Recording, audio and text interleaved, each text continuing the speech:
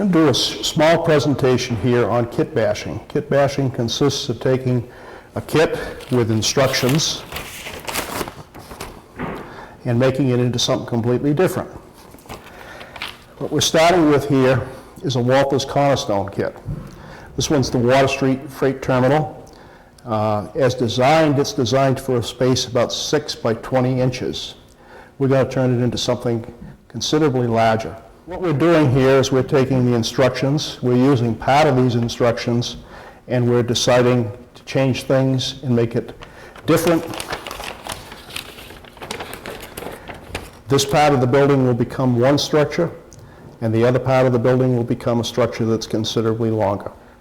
What the kit builds is it builds a freight station that's in two segments, an office section and a freight terminal section. What we're going to turn it into is something a lot longer, and to do this we're going to keep the front wall of the lower section where the loading docks were for the freight terminal and take the office section and build the face of it as it was. We're going to take the piece that was on the back and we're going to wrap it around to make the structure about 8 inches longer. To increase the time frame that this span occupies, the original structure had small freight doors here, and they were of a vintage that would go back 100 years or more. We're going to put one door in that's an overhead door, steel overhead door, to update the structure so that it would appear as it would in the 60s, even into the 90s.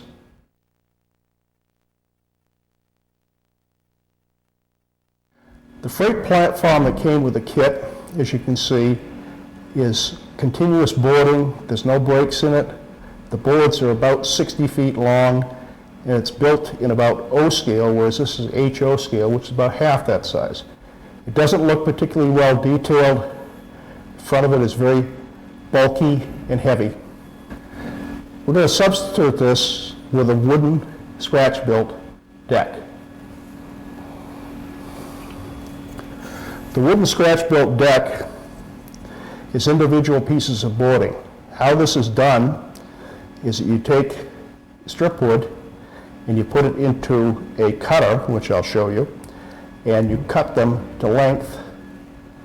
You put them, glue them onto strips, and you build a freight platform, and you can see that the color and the texture is considerably more detailed than the plastic that came with the kit. This is called a chopper. What it essentially is it's a single-edged razor blade on a handle that you could almost use as a guillotine. There's a stop set on this side so that you can cut the pieces to length. You insert your piece under the blade, press the blade down, and you cut the pieces to length. It's a very handy tool if you're cutting large pieces of wood, which is exactly what we did when we cut over 100 pieces for this loading dock. This piece is the sub-base that came with the kit. As you can see here, we've cut the back piece and wrapped it around to support the front section. On the front of this thing, where the loading dock goes, originally the kit only provided for posts on the very front edge of the thing. What we've done here is, using the chopper, we've cut a number of plastic posts and put them in place to support the loading dock, so that when this thing, which will be viewed at approximately eye level, is seen, the viewer can see more than just the front row of posts.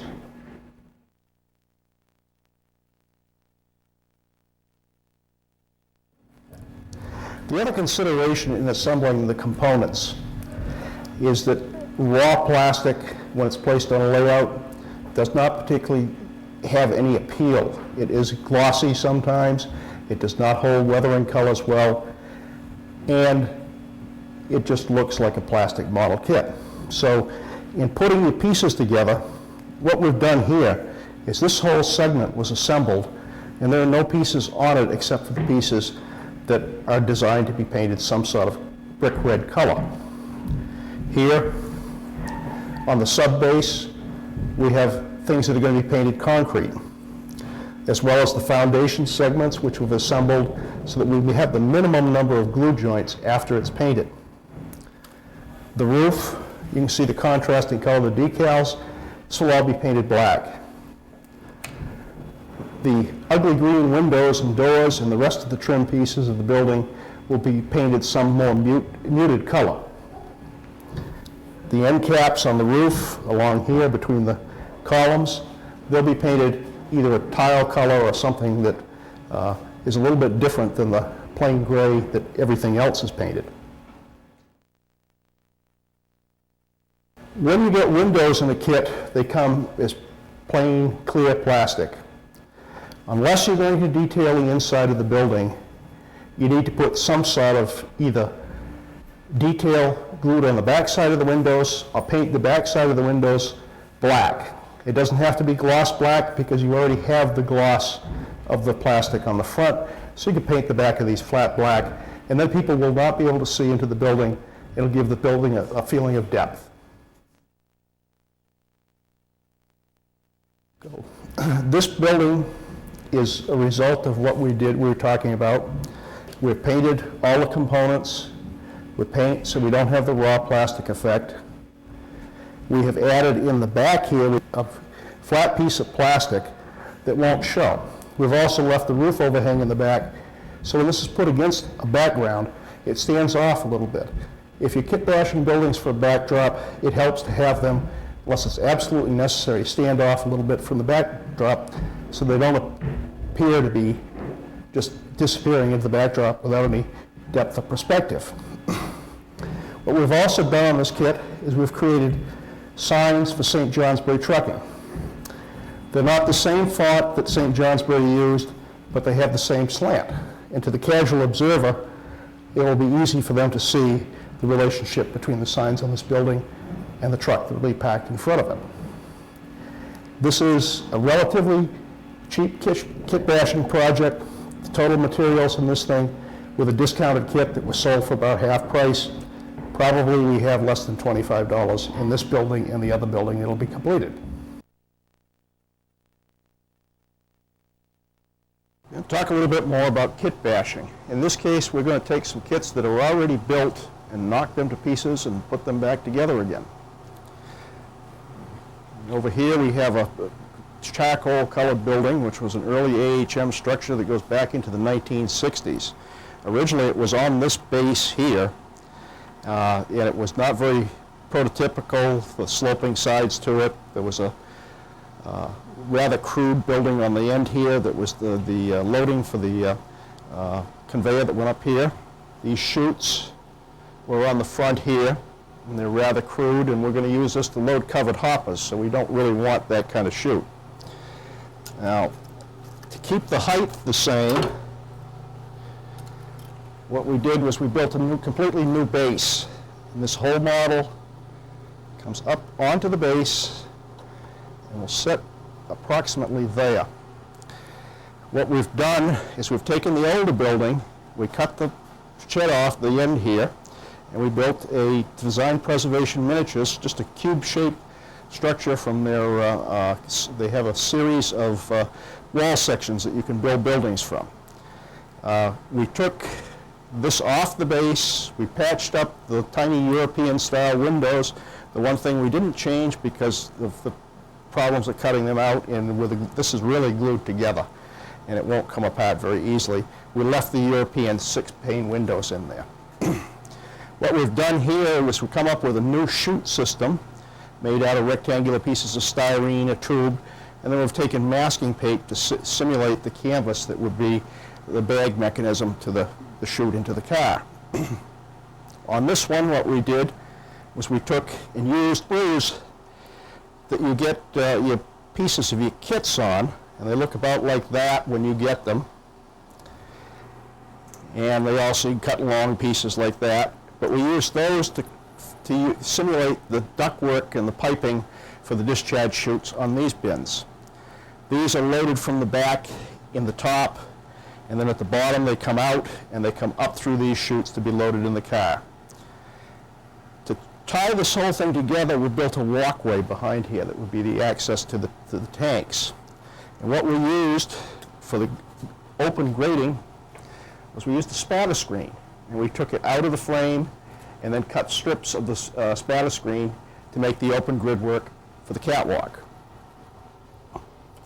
On these little windows up here that we patched, we used Wolfer's corrugated metal and cut little squares and put those in there. This will all be painted a solid gray, and then I'll come back and brush paint the bags and brush paint the roof's aluminum and put gravel on the roof.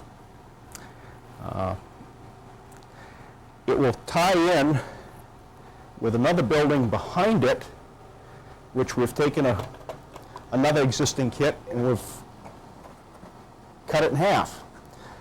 Future use for that piece, the smaller piece fits back here, and it creates a background for when you look through the lattice work of the support system.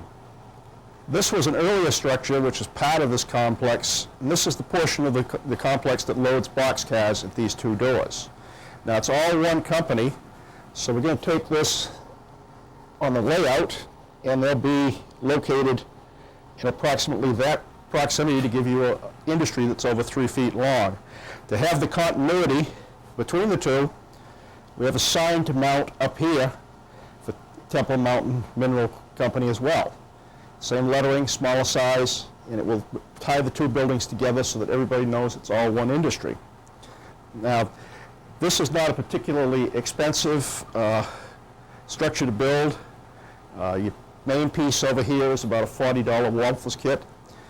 This you can find at a train show for maybe $5, and the same with this in the other building also. This is all of about $4 or $5 worth of parts. So by taking this and conglomeration and putting it all together and tying it together a little bit of styrene, we've created a large industry.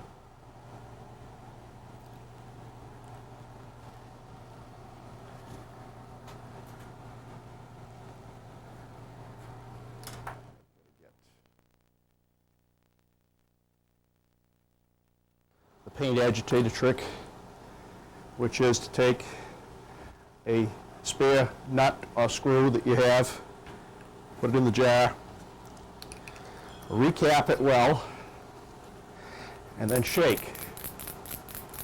As you can hear that beating on the paint, that's sediment down on the bottom of the jar, and that's how we get things relatively smooth and we get consistent paint and not lumpy at the bottom. This fan is a kitchen fan. It's hooked up with ductwork to the outside of the house to get the fumes out of the house. The box is all made out of Mulan plywood and framing. And what I've done is I've mounted my compressor down bottom here underneath and out of the way so I won't paint it. I put a switch here with terminal strips so that I can turn off everything down there. The light, there's another light here. And we'll start the compressor up, and I may have to talk a little louder. Most people have jars that they put the paint in. You can also paint directly out of the bottle. Now what we're going to do is we'll start out a ways away.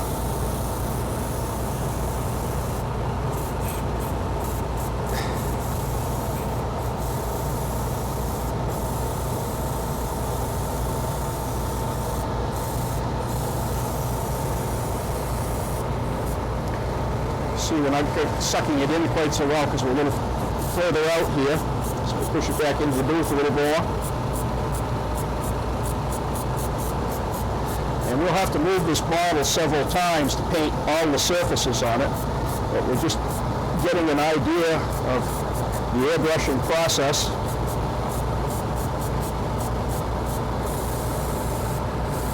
So get rid of that real dark gray, and we're replacing it with a lighter gray, which will make the detail stand out. Dark colors tend to hide detail. So you can, even lighter gray might show the details even better.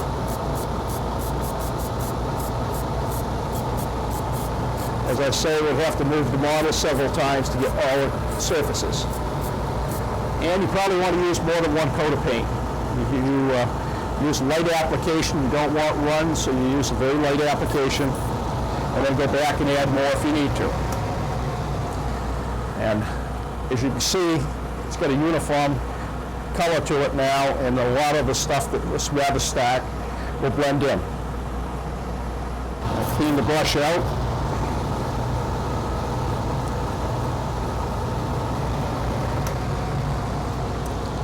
hang it up for use, and cap the containers. Turn the container up like that so you seal it and paint won't dry out. It's just thinner, so we don't need to do that with that one.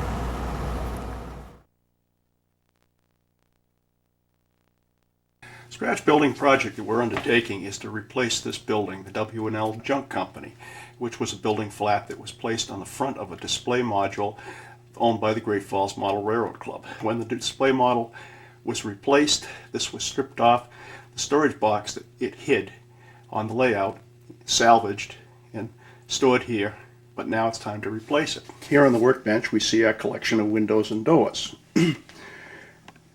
The white squares on the bench there are cut from the window openings of this building, which was fabricated with sheet styrene and evergreen roof and siding materials. The building is about 3 feet long. It's much lower than the one that was in there, the W&L Junk Company. As you can see, it's being held up in the front here with a piece of board. The reason for that is the foundation or frost wall of this building is about 4 feet high and will be painted concrete color. The rest of the building will be painted some rather neutral color, a beige, a blue, a green, or some color like that. Haven't decided yet. The name of our structure has been decided though. It's the New England Public Warehouse. This is located in Mechanic Falls in South Paris. It's a fairly large company in the Lewiston, Auburn area. The sign was made from, as you can see here, letters that came from a building sign. They used to have these in glass cases in buildings telling you who was on what floor and directions or whether there were events. These happen to be black. They come in all colors. Our sign will be mounted on the roof. It will be supported by the parapet of the roof here, and it'll be on posts. The posts are built a little bit stronger than they would be in the real world because being plastic and being a model and being on a layout, there's the possibility that somebody might bump it and possibly break the sign if it was built with true prototypical size materials. Here we're getting into building the posts. Again, we haul out the chopper, set it for 12 feet, and we can easily cut at least 2 posts at a time. Here we see the sign awaiting its posts. I've cut my 17 posts. I did the math. The sign's 132 feet long at 8-foot spacing, and inset the first post 2 feet in from each end. It takes 17 posts. Now, I'll start gluing these from either end so that if I'm slightly off in my measurements, it won't be noticeable in the middle. I've also constructed a gluing jig. This jig, placed here, will allow me to position the posts equally spaced, and they'll be perpendicular to the sign. Little things like this help construction and make your life a lot easier. We're back again. The building ended up a lighter shade of green. You see it's all painted and ready for assembly. Frost wall sections have been cut and painted concrete color. Our warehouse sign ended up silver, and to lighten things up a little bit, the doors and window became a lighter gray. Here we have a picture of the model in its final location. Scenery is not done around it, but you can see how the model blends into the scene of the former W&L Junk Company.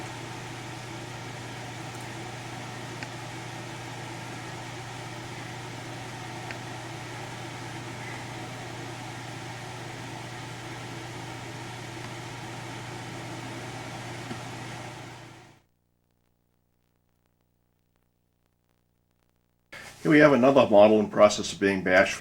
It is another Walters shop building.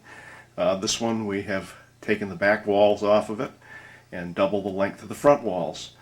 We made a new roof because the roof sections were there. It would have been in 6 pieces and 4 pieces, and certainly not suitable for a model of this size.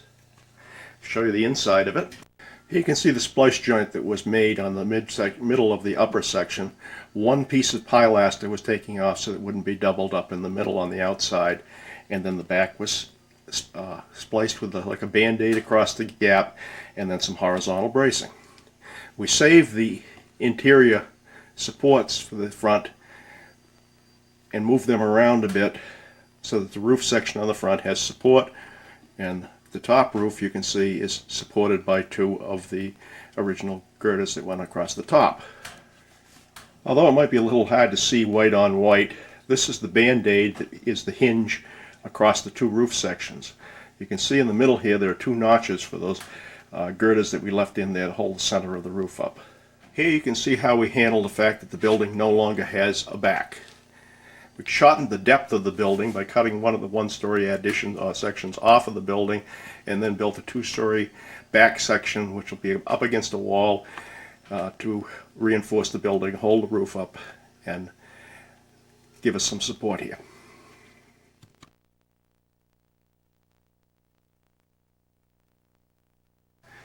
Here we have a model that has been kit-bashed from Reed.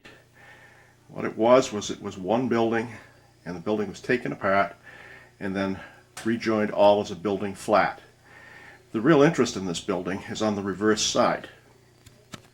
The vertical white strips are where the sections were joined together. On the left-hand side you can see the two ends, and then we have the two side walls to the right. The other part of this model, which took some time, is the fact that there are 4 horizontal reinforcements across the back of the model. This model is going to be used in a space that's only a ½ inch thick, so we use thin channel iron to reinforce the back of it. We overlap them, and you can pick the whole thing up very easily to move it around and set it on the layout. This is some of the simpler kit bashing. The more complex part of this thing is the bracing on the back.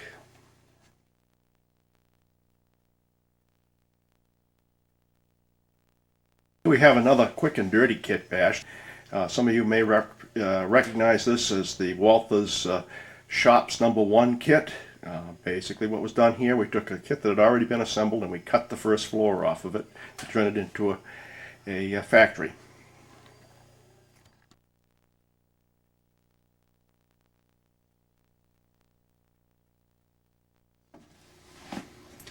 The next level after kit bashing is scratch building. Scratch building can be at any level, partially scratch built, or here as we're looking at this building, 100% scratch built.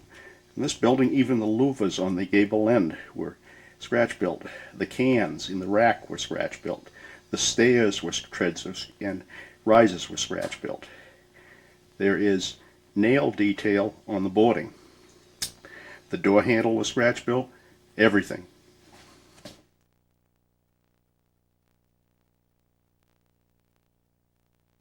This building was not 100% scratch built. Commercial windows were used, some of the doors were scratch built, but a lot of the materials in this building would not be classified as scratch built. Windows and doors are one of the easier ways to start scratch building and not get fully involved.